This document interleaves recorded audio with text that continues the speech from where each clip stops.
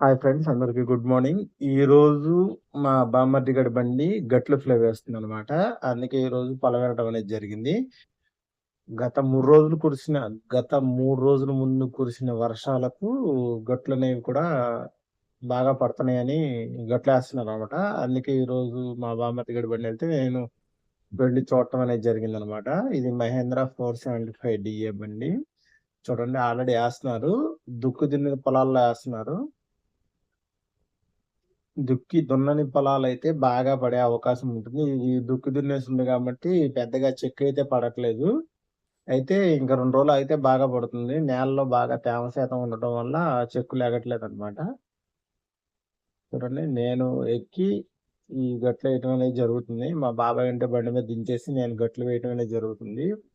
చూడండి, బండి స్పీడ్‌గెళ్తే పడుతుంది. లేకపోతే మాత్రం గట్టు మీద చిక్కులు పట్టలేదు. మళ్ళీ ఎమ్మటే కింద పడిపోతున్నాయనమాట. మా ఏరియాలో ఎకరానికొచ్చేటప్పటికి 300 కాడికి చార్జ్ చేస్తూ ఉంటాము గట్లేసినందుకు. మీ ఏరియాలో ఎంతో ఒకసారి కామెంట్ చేయండి. మాకు 3 రోజుల క్రితం గట్టి వర్షం పడిందనమాట. ఆ వర్షానికి గట్లు వేస్తున్నాము.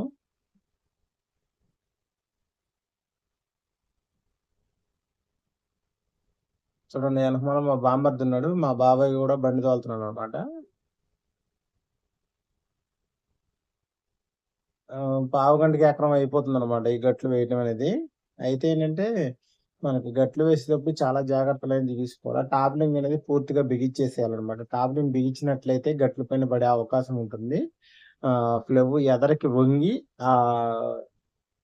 మట్టి వచ్చినట్టు గట్టు మీద పడే అవకాశం ఉంటుంది. దుక్కి దున్నని పొలాలైతే బాగా పడుతూ ఉంటాయనమాట. ఇవి దుక్కి దున్నేసిన పొలాలు కాబట్టి పెద్దగా చెక్కు లెగిసి పడట్లేదు. అయితే మనం ఇంకో రకంగా చేయొచ్చు. ముందుగా ఏం చేయాలంటే, మనం ఫ్లెవేసే ముందు మనం ట్రాక్టర్ పెట్టి గట్ల చుట్టూరు ఒక రౌండ్ తొక్కిచ్చేసేయాలన్నమాట.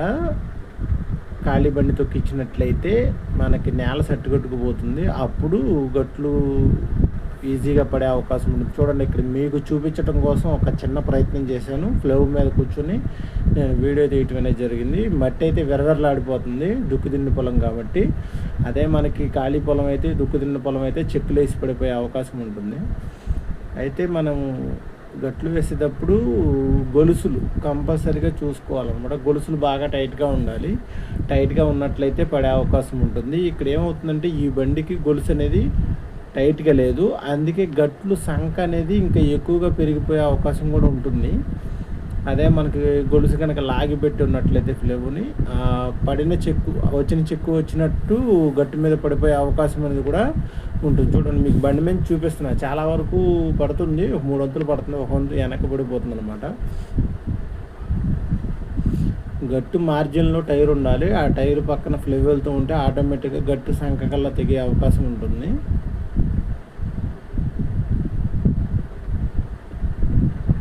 చూడండి, మీకు చూపిస్తున్నాను.